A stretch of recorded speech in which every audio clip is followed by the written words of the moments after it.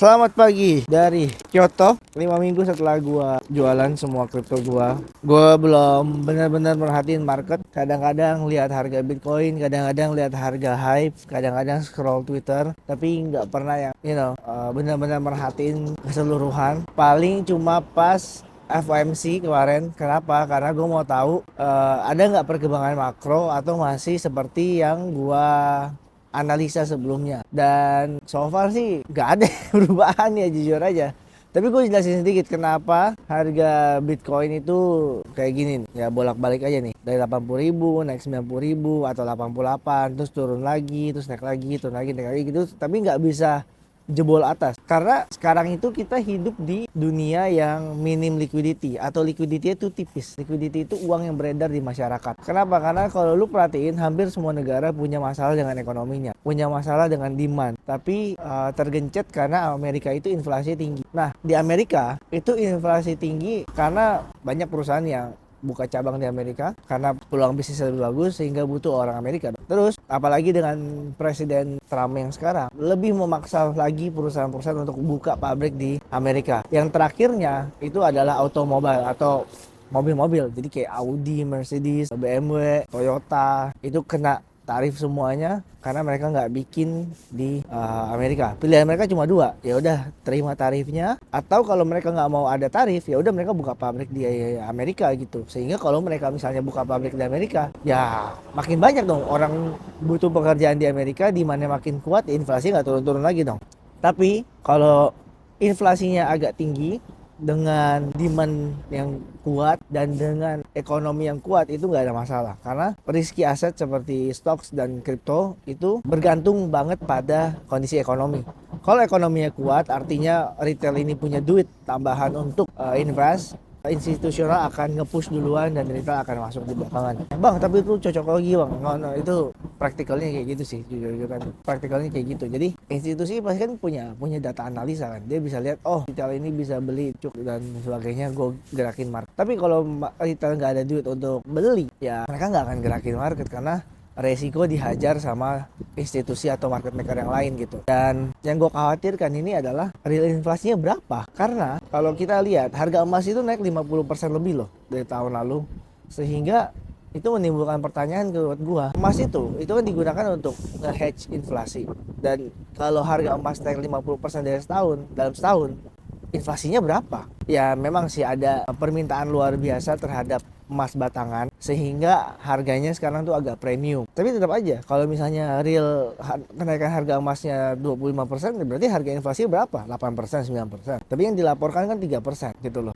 Jadi ini lumayan uncertainty bagi gua. Dan untuk menstabilkan ini barang itu nggak cepet, butuh waktu yang sangat lama. Apalagi Bitcoin itu sekarang aset yang dikenal oleh seluruh dunia. Kalau sebelum ETF sedikit yang kenal Bitcoin, sedikit yang ngerti Bitcoin, cuma ya TTA aja, cuma orang-orang yang memang udah di dunia kripto gitu. Tapi sejak Bitcoin ada ETF-nya, terutama BlackRock, Bitcoin itu jadi global asset yang mana dia campaign ke banyak negara, ke banyak institusional, ke banyak wealth funds, ke banyak high net worth individuals, ke banyak family office untuk beli Bitcoin ETF-nya mereka. Dan kalau aku perhatiin inflow-nya udah 25 billion, 20 billion gue lupa. Dan itu bukan angka yang kecil. Sehingga orang yang pengen beli Bitcoin, institusi yang pengen beli Bitcoin itu udah beli. Sehingga kita bisa lihat harga Bitcoin dari 20.000 sampai 100.000 dolar. Jadi kita udah price in bahwa Bitcoin itu sebuah aset yang sudah dikenal gitu. Kita nggak bisa bilang oh kita early lagi gitu. Kita not that early anymore. Karena itu ya,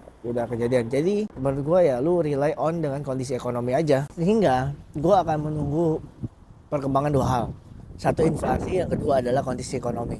Kalau inflasi nggak turun-turun, tapi kondisi ekonomi berkembang, dalam arti bisnis bagus, demandnya naik, itu gua rasa gua akan masuk lagi dikit-dikit sambil menunggu inflasi turun. Nah, tapi kalau udah inflasinya tinggi, terus demandnya nggak ada, berat guys, berat. Siapa yang mau beli Bitcoinnya? Nah, dan selain tentang makro ya, nggak ada hal lain yang menarik untuk diomongin sebenarnya selain hyper liquid, karena Gue merasa Texas ini Pak yang kemarin nyerang Hyperliquid ya, itu ketakutan banget ya melihat Hyperliquid yang gaining market share dan mereka mencoba exploit HLP-nya Hyperliquid yang menjadi keunggulannya Hyperliquid, dan mereka mungkin belum baca docsnya sampai akhir sehingga vault-nya aman, dan orang bilang oh ini lu centralized dong, ini Jeff yang ngedelis jelly. Lu kalau cek itu on-chain vote, dan memang sekarang Foundation masih bisa ngevote ya, tapi kan itu udah one step menuju decentralized. Emang kalau dicek untuk listing di checksnya ada kalian vote gitu kan, nggak ada.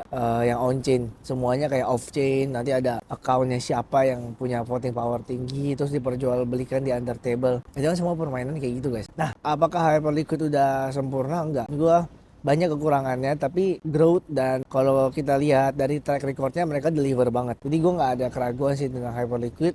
Pas kemarin dump, gue jual semuanya 5 minggu lalu, terus gue masuk lagi di 16, terus kemarin turun sampai 13, gue masuk lagi gara-gara food yang HLP kena exploit. Sekarang sih kayaknya agak turun, tapi gue nggak melihat ada koin yang lebih bagus secara ekonomi dan punya potensi growth yang lebih baik. Karena lu bisa bilang apapun tentang Hyper EVM ya, tapi kalau kita lihat jumlah transaksinya dan jumlah hype yang ada di Hyper EVM tuh naik terus secara tren. Jadi usernya banyak walaupun mereka agak slow untuk mengembangkan Hyper EVM. Mungkin karena mereka ada banyak kerjaan lain dan mereka tuh tim yang kecil ya dibandingin tim-tim yang lain.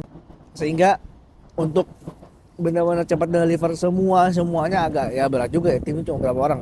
Nah tapi dibandingin tim lain yang orangnya 50, 100, apalagi gue tetap yang paling cepat sih. Jadi gue nggak ada keraguan tentang itu. Terus koin apa lagi yang menarik ya? Berachain, Ponzi, terus yang lain kayak Monad apalah itu yang begitu menarik menurut gue. Nothing new. Ethereum, the BlackBerry of in this industry, parah banget. Kayaknya ya benar sih, Ethereum itu kayak BlackBerry-nya industri kripto ya, yang dulunya berjaya terus karena mereka terlalu nyaman gak banyak inovasi akhirnya jatuh gitu. Dan kalau lu perhatiin secara fundamental sih jelek banget. Maksudnya nggak ada tanda-tanda ini akan balik arah gitu. Jadi holders Ethereum sabar aja ya, gue udah nggak pegang Ethereum sejak 2024. Ada sih, masih ada kayak 50 ETH ada, cuman nggak gitu banyak juga lah ya, ada aja gitu kalau di Berachain.